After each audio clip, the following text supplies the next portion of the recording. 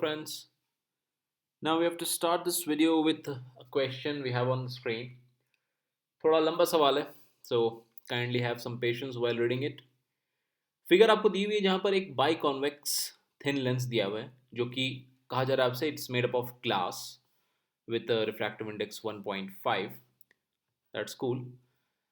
Now two bounding surfaces of equal radii of 25 centimetre. इसके आपको जो दो बॉन्डिंग सर्फेसेज दिख रहे हैं उन दोनों का जो रेडियस ऑफ कर्वेचर है that is 25 centimetre. That's also fine. Now one of the surfaces is silvered from outside to make it reflecting. ऐसा आपको क्लियरली दिख रहा होगा फिगर में कि ये जो सेकंड सरफेस है इसको बाहर से सिल्वर्ड कर दिया गया है. तो जब किसी चीज़ को इस तरह सिल्वर्ड कर दिया जाता है तो फिर ये क्या बन जाता है, ये ट्रांसपेरेंट नहीं रहता, रादर ये रिफ्लेक्टिंग बन जाता है. अब without further getting into question let's first discuss कि अब ये क्या बन गया, whether we should call it a lens और समथिंग एल्स. तो लेंस जो हमने सीखा है, लेंस का कंडीशन क्या होता है, it is made up of transparent material, and second it should have two surfaces where two times refraction take place. First refraction should take place on the first surface and then on the second surface refraction should take place again. ये हमने सीखा है कि दो surfaces होने चाहिए, दोनों पे रिफ्रैक्शन होना चाहिए. तो यहाँ पर सेकंड सरफेस पे तो रिफ्रैक्शन होगा ही नहीं, ये तो एक रिफ्लेक्टिंग सरफेस बन गया. तो ये सिर्फ देखने में थिन लेंस है, लेकिन एक्चुअल में अब ये जो है वो एक्चुअल में अब लेंस है नहीं. It is no more a lens. यानी कि जो लेंस मेकर फॉर्मूला है, जो लेंस फॉर्मूला हमने सीखा है वो अब काम नहीं करेगा, बिकॉज वो तभी काम करता है, एक स्टैंडर्ड स्टेट में काम करता है कि भाई लेंस होना चाहिए और लेंस के दोनों साइड सेम मीडियम होना चाहिए, म्यू वन और बीच में कोई अलग म्यू, मान लेते हैं म्यू 2, और दोनों ही सरफेस पे रिफ्रैक्शन होते रहना चाहिए. So this is a simple condition.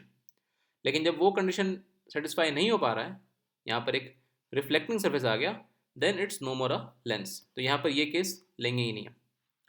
यानी कि अब यहाँ पर क्या करना है, अब यहाँ पर एग्जैक्टली बेसिक से चलना है हमें. तो कहीं पर कोई ऑब्जेक्ट है, जैसे स्पीकर में दिया हुआ है कि एक ऑब्जेक्ट ओ है. तो सवाल पे आते हैं कि सवाल ये है कि where should an object be placed so that image is formed on the object itself. अभी से दो वीडियो पहले भी हमने कुछ एक ऐसा ही क्वेश्चन डिस्कस किया था जहाँ पर फाइनल इमेज जो था वो ऑब्जेक्ट पे ही फॉर्म कराना था. मैं इस नए क्वेश्चन के बहाने वो डिस्कशन फिर से रिपीट कर रहा हूँ. तो सवाल ये है कि ऑब्जेक्ट और इमेज दोनों को एक जगह पे होना है. Where should object be place so that the image is formed on the object itself. यानी कि जहाँ पर ये ओ है, अल्टीमेटली इसका फाइनल इमेज यहीं पे बनना है.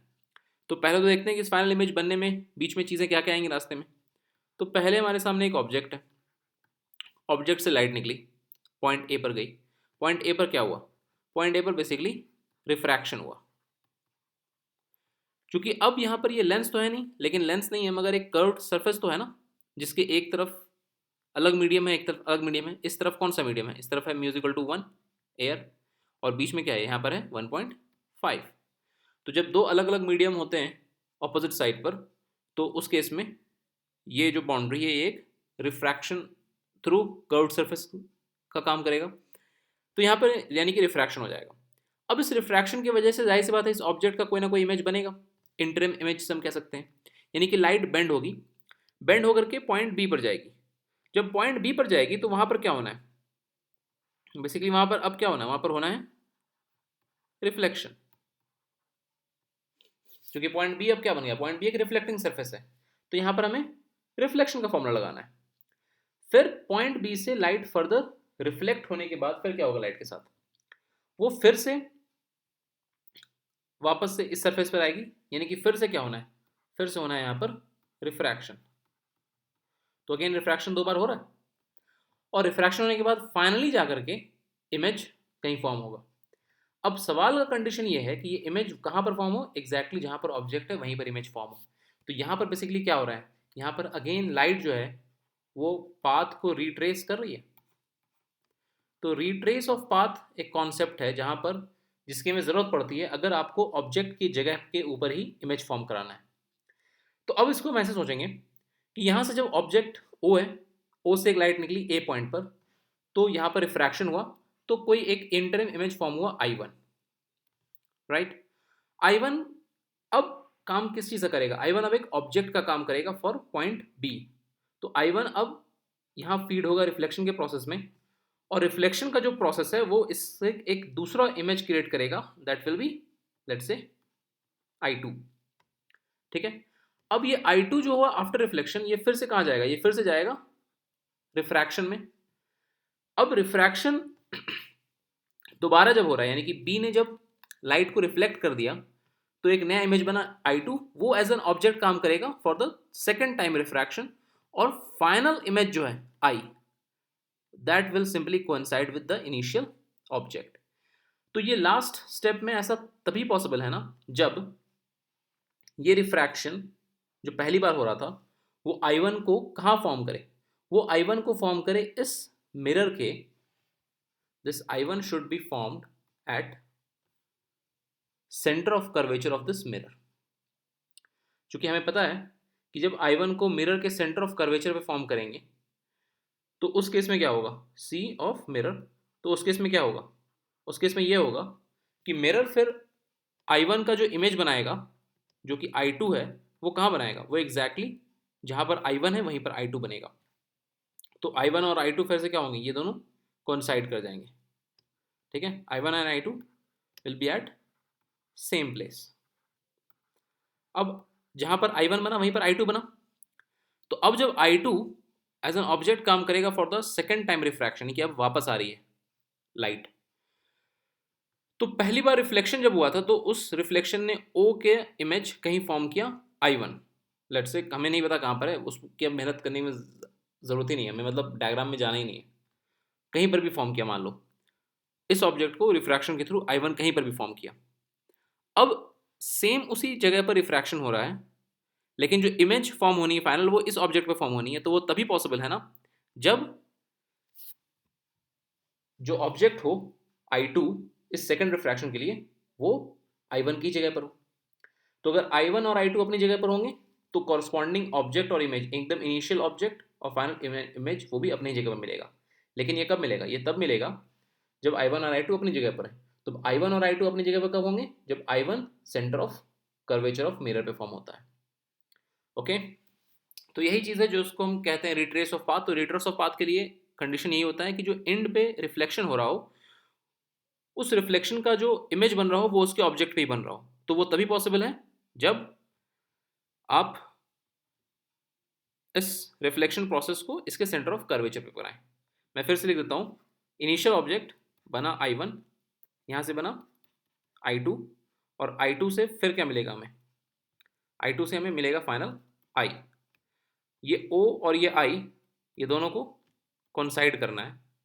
ये तभी कॉन्साइड कर पाएंगे जब ये I1 और ये I2 ये दोनों कॉन्साइड करेंगे। तो इस वजह से ये I1 और I2 कब कॉन्साइड करेंगे, ये कॉन्साइड करेंगे रिफ्लेक्शन के थ्रू, और ये तभी कॉन्साइड करेंगे जब, सिंपल थ्योरी में पता है मिरर की प्रॉपर्टी, स्फेरिकल मिरर की, कि जब सेंटर ऑफ कर्वेचर पे if I1 is at C तो इसका मतलब कि I2 ऑल्सो एट C। तो सवाल बेसिकली कहाँ क्या बन गया, सवाल फाइनली ये बन गया कि ये जो फर्स्ट रिफ्रैक्शन का जो इमेज फॉर्म हो वो इस रिफ्लेक्टिंग सरफेस के सेंटर ऑफ कर्वेचर पे फॉर्म हो। ओके, अब हम आते हैं फाइनल नंबर्स के ऊपर। तो नंबर्स के ऊपर अगर हम आते हैं तो ये जो सेकंड सरफेस है, इस सेकंड सरफेस का सेंटर ऑफ कर्वेचर क्या है, C2। बेसिकली जो C की हम बात कर रहे थे वो यहाँ पर इस फिगर के हिसाब say that is eight C2, है ना। इसका इस सेकंड फिगर का अगर आप second surface centre of curvature की बात करोगे दैट इज एट C2, यानी कि इस रिफ्रैक्शन का जो इमेज बनना चाहिए वो C2 पे बनना चाहिए। इसका मतलब कि ये जो 25 सेंटीमीटर हमारे सामने है, इस 25 सेंटीमीटर को हम एज अ इमेज डिस्टेंस इस्तेमाल कर सकते हैं। अब लाइट ऑब्वियसली किधर से आ रही है, लाइट ऑब्वियसली इधर से आ रही है, तो जब हमें इमेज डिस्टेंस इस्तेमाल करना है C2 पर तो हमको P से C2 की तरफ जाना है। तो जब P से हम C2 की तरफ जाएंगे तो वो बनेगा हमारा V, और ऑपोजिट डायरेक्शन जा रहे हैं इसलिए V बन जाएगा हमारा -25। ओके, अब फर्स्ट सरफेस की बात करें तो फर्स्ट सरफेस का रेडियस ऑफ कर्वेचर क्या है, फर्स्ट सरफेस का जो रेडियस ऑफ कर्वेचर है वो अगेन 25 सेंटीमीटर है। उसे कैलकुलेट करने के लिए आपको P से C1 पे जाना पड़ेगा because C1 is centre of curvature for the first surface. तो आपको इंसिडेंट लाइट के डायरेक्शन में ही जाना है, यानी कि ये वैल्यू क्या होगी, ये वैल्यू पॉजिटिव होगी। इसका मतलब आपका R1 हो जाएगा सिंपली +25। Fair enough. फिर चूंकि हमारा मैथ्स अल्टीमेटली इसी सरफेस पे होना है कि रिफ्रैक्शन एट फर्स्ट सरफेस, तो इसके लिए म्यू 1 क्या लिया जाएगा, म्यू 1 शुड बी 1, और म्यू 2 क्या हो जाएगा, mu 2 is like beyond this first surface, medium क्या है, दैट इज ग्लास, यानी कि म्यू 2 विल बी 1.5। अब लास्ट स्टेप है जो कि बहुत ईजी काम है, that is just applying formula. तो फॉर्मूला अगर आप अप्लाई करें तो फॉर्मूला हमारे पास क्या है, फॉर्मूला हमारे पास है μ2/v minus μ1/u is equal to μ2 minus μ1/r। v हमें मालूम है, यानी कि μ2 की जगह पर लिखेंगे 1.5 और v की जगह पर लिखेंगे -25, माइनस μ1 की जगह पे 1, और u हमें निकालना है क्योंकि that is the ultimate question, where should an object be placed, यानी कि u चाहिए हमें। इसे इक्वेट कर देंगे μ2 माइनस μ1, यानी कि 1.5 माइनस 1 यानी कि 0.5 डिवाइड बाई r से, r क्या है अगेन पॉजिटिव 25। ठीक है, इस स्टेप को भी ध्यान से जरा देखा कीजिए कि यहाँ पर जो वैल्यूज हैं वो सही साइन के साथ पुट हुई है कि नहीं, अदरवाइज अगर एक गलती भी होगी तो सवाल आपका गलत हो जाएगा। फिर हम इस सिंपल से इक्वेशन को जब सॉल्व करेंगे तो आपको फाइनली यू आ जाता है -12.5 centimetre. So this is your object position. इसका मतलब कि ऑब्जेक्ट को लेंथ से 12.5 सेंटीमीटर पीछे, क्योंकि अगेन चूंकि नेगेटिव आ रहा है, इसका मतलब ऑब्जेक्ट को 12.5 सेंटीमीटर पीछे पोजीशन करना है। तो फिगर में भी वो सही दिया हुआ था कि अगर ये लेंथ 25 है तो रफली ये लेंथ यहाँ से यहाँ तक क्या होगी, ये हो जाएगी 12.5। क्योंकि इसको कैलकुलेट करने के लिए पीछे जाना पड़ेगा, इसलिए ऑटोमेटिकली आपको ये माइनस के साथ आ रहा है। तो जो आंसर का जो साइन होता है उसको आपको सोचने की जरूरत नहीं है, क्योंकि आंसर का साइन ऑटोमेटिकली अगर आपने इक्वेशन सही लिखा है तो वो सही साइन के साथ बाहर आएगा। तो चूंकि ये माइनस आ रहा है, इसका मतलब ऑब्जेक्ट हमने ठीक जगह प्लेस किया हुआ था, नेगेटिव साइड पे 12.5 सेंटीमीटर की दूरी पे। Fair enough. तो आई होप आपको बात समझ में आ गई हो।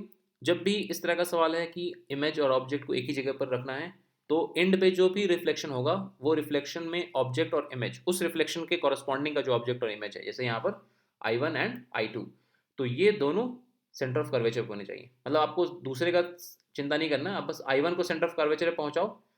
ये इस मिरर की प्रॉपर्टी यही है कि इमेज भी इसका सेंटर ऑफ कर्वेचर पे ही बनता है। जब भी रिफ्लेक्ट आपका कर्व्ड सरफेस होता है ऑब्जेक्ट सेंटर ऑफ कर्वेचर पे, तो इमेज भी सेंटर ऑफ कर्वेचर पे। ओके, तो that was another question on retracing of path. I hope आप लोगों को ये बात समझ में आई हो। अब नेक्स्ट लेक्चर की तरफ चलते हैं, वहाँ पर हम कुछ और क्वेश्चन करने हैं। Okay, all the best, bye bye.